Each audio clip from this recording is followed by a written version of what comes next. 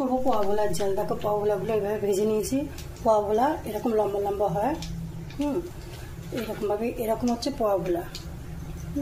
ভোলা কিন্তু অনেক রকমের হয়। অনেকে কিন্তু ভোলা মাছ সবসময় চেনে না। 4-5 রকমের ভোলা মাছ হয়। যাক আমি একটুখানি রসুন দিলাম ফোড়নে। আর ভোলা মাছের সব থেকে দাম বেশি, মানে পোয়া ভোলার দাম বেশি। এমনি ভোলাগুলো হচ্ছে তোমাদের 150 টাকাও দিয়ে দেবে, 120 টাকাও দিয়ে দেবে, কিন্তু পোয়া ভোলা 250 টাকা নিচে দেবে না। দামেই বোঝা যাবে কোনটা কিনা। কালো জিরে ফোড়ন দিয়েছি, রসুন ফোড়ন দিয়েছি, খানিকটা পেঁয়াজ দিয়ে দেবে, বেশ খানিকটা পেঁয়াজ দিয়ে দেবে, যেহেতু আমার অনেক বড় বড় মাছ তো। এটা নুন দিয়ে আমি চাপা দিয়ে কষবো। আমার মশলাটা কষে এসছে। আমি এবারে কী দিচ্ছি দেখো, এইভাবে আলু কেটে নিয়েছি।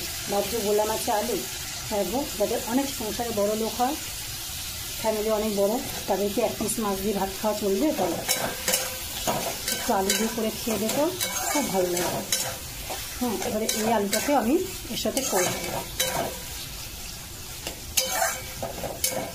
ঢাকা দিয়ে দিয়ে কষবো। আমার কোনো দুঃখ নেই যে আমি হাউস ওয়াইফ যারা, তারা যে সংসারে একাতে কত কাজ সামলাতে হয়, সেটা যারা করে তারাই শুধু জানে। তো লোকে জিজ্ঞাসা করবে তুমি কি হাউস ওয়াইফ? ও বাবা, যেন আমরা কত অপরাধ করে ফেলেছি হাউস ওয়াইফে।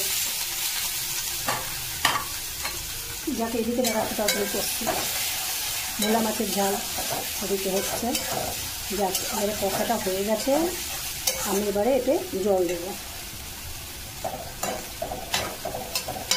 সকাল থেকে উঠে বাজারে রান্নারে পুজোরে, যারা চাকরি করে তারা ভাবে আমরা কত কাজ করি, যারা বাড়ি বসে থাকে তারা কোনো কাজ করে না।